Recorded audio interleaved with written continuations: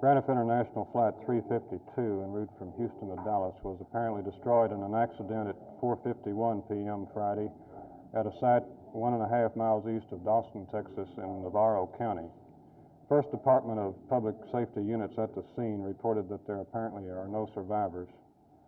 The flight was operated with a 4-engine Lockheed Electra prop jet and carried 79 passengers and a crew of 5. The flight was destined for Memphis, Tennessee, with intermediate stops in Dallas, Tulsa, Fort Smith, and Little Rock.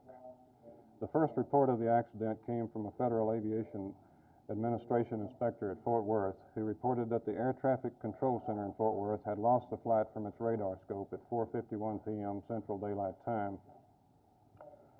Braniff received a routine radio transmission from the aircraft at 4:14 p.m., reporting that it had departed Houston at 4:11 p.m. and was estimating to arrive in Dallas at 5:03 p.m. The crew members of the aircraft were Captain J.R. Phillips of 6648 Ridgemont in Dallas, First Officer John W. Foster of 8823 Liptonshire in Dallas, Second Officer D.W. Crossland of 2717 Laramie in Irving, Texas, Hostess Joe Carol Brand, based in Dallas and originally from Taylor, North Dakota, and Hostess Suzanne Renz, based in Dallas, originally from South Orange, New Jersey.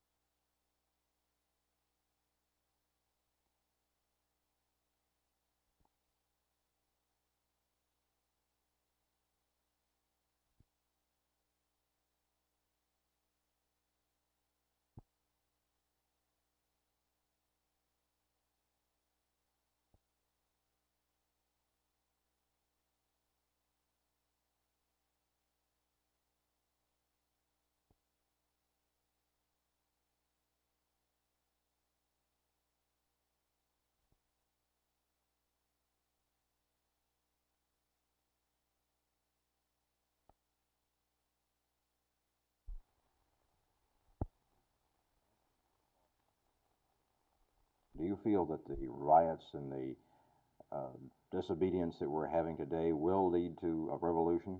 No. In the speech, I just had an interview last night. My speech is today at noon. What I think is we're seeing dissatisfaction with conditions as they are. We're seeing a situation that develops as sociologists said they would develop when the Negroes, for example, are beginning to get relief. They're impatient because they don't get it fast enough, and they riot out of anger and frustration and dissatisfaction. I don't think they are organized riots. I think they're manifestations of dissatisfaction that erupt and are quelled in due course.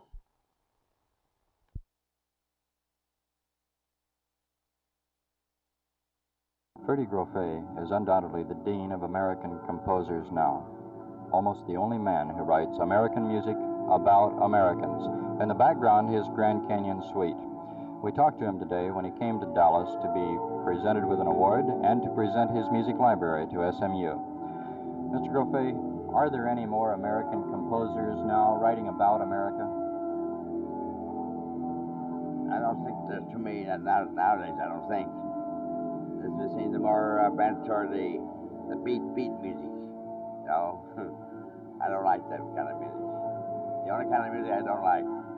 I don't mind rock and roll, it's good and bad, and I think it's always good and bad in every kind of music. That's what, at least that's what Tuscany always says too. It's either good or bad. Now, you've left your music library to SMU. What use do you expect to be made of it? Oh, for all the students to study. And the peruse, of course. I think they're going to put in the archives and for future generations to look at. What do you have in mind any more suites about America, such as the Mississippi Suite or the Grand Canyon Suite? Oh, yeah. I wrote San Francisco. I wrote Valley of the Sun. I read too much music. Freddie Groffet, Dean of American Composers. Phil Reynolds at SMU for Channel 8 News.